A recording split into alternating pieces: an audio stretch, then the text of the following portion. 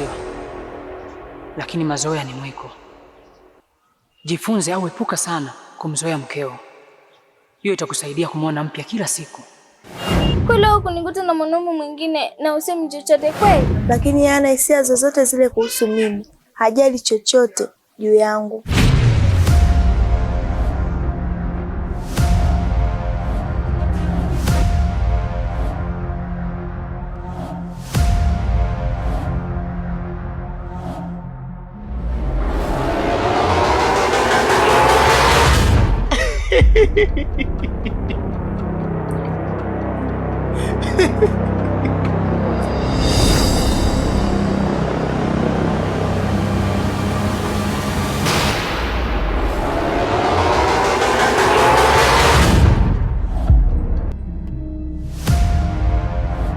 Kila usiku namaliza na maswali bila majibu.